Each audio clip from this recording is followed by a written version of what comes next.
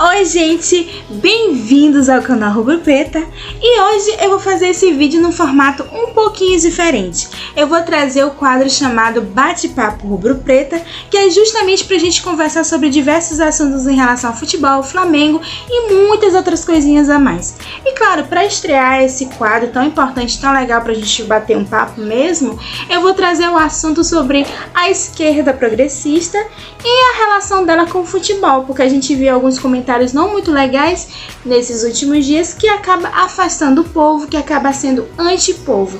Então, para você entender e pra gente bater aquele papo legal, fique aí e vem comigo no Bate-Papo Rubro Preta.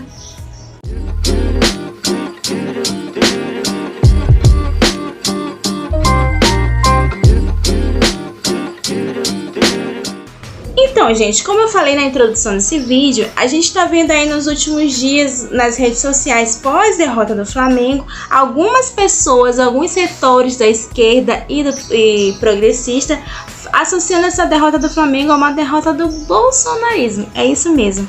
E tipo, o pior de tudo é chamando a torcida do Flamengo de fascista, sabe? E assim, quando a gente tá falando de um futebol que mobiliza milhões de pessoas, a gente também tá falando de um futebol no aspecto político-social, porque não é de hoje que presidentes autoritários como o Bolsonaro utilizam do futebol como arma para ganhar mais popularidade. A gente sabe que a diretoria do Flamengo é sim abertamente alinhada ao presidente da República, mas isso também não quer dizer que outras diretorias, outros clubes não têm esse tipo de alinhamento, né? A própria diretoria do Palmeiras, por exemplo, a anterior, em 2018, quando ela ganhou o título do Brasileirão, ela chamou o Bolsonaro para levantar o troféu, fazer voltinha olímpica, né? Não é à toa que o Bolsonaro, mesmo se dizendo palmeirense, ele disse que ia torcer pro Flamengo nessa final da Libertadores. Porque diante da sua impopularidade, nada melhor do que torcer para um clube de massa, do que mover a sua popularidade com um clube de massa, que é o Flamengo, né?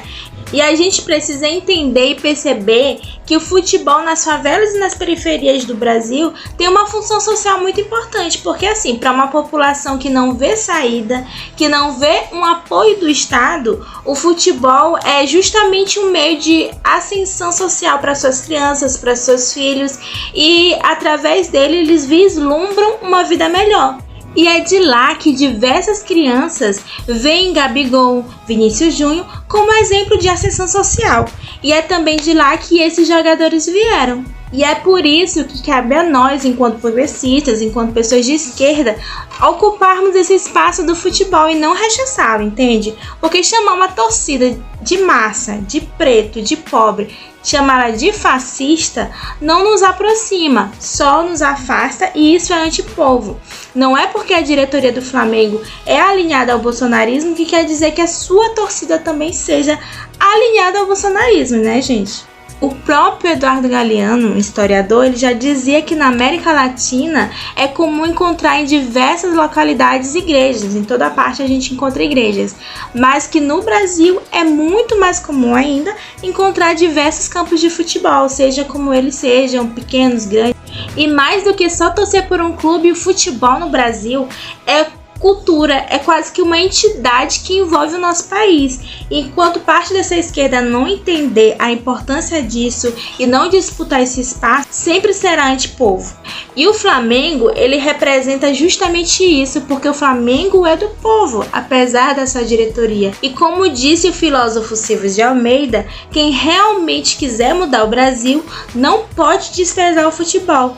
Poucas coisas são tão capazes de mobilizar as energias populares e reconfigurar o imaginário social.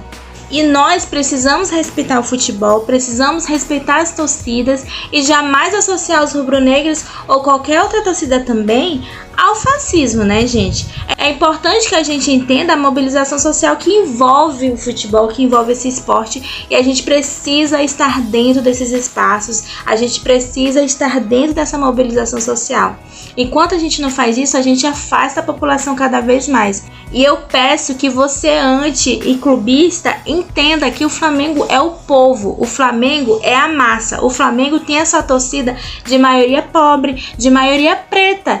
E aí, se tu usa o clubismo para chamar uma torcida de massa como a do Flamengo de fascista, tu não entende de futebol, e se você não entende, está na hora de você entender e ocupar esse espaço. O futebol é do povo e nós precisamos abraçar a maior manifestação cultural, social, política do país. E se a gente não faz parte dessa manifestação cultural, essa manifestação política e social, a gente nunca entende o que é realmente o Brasil.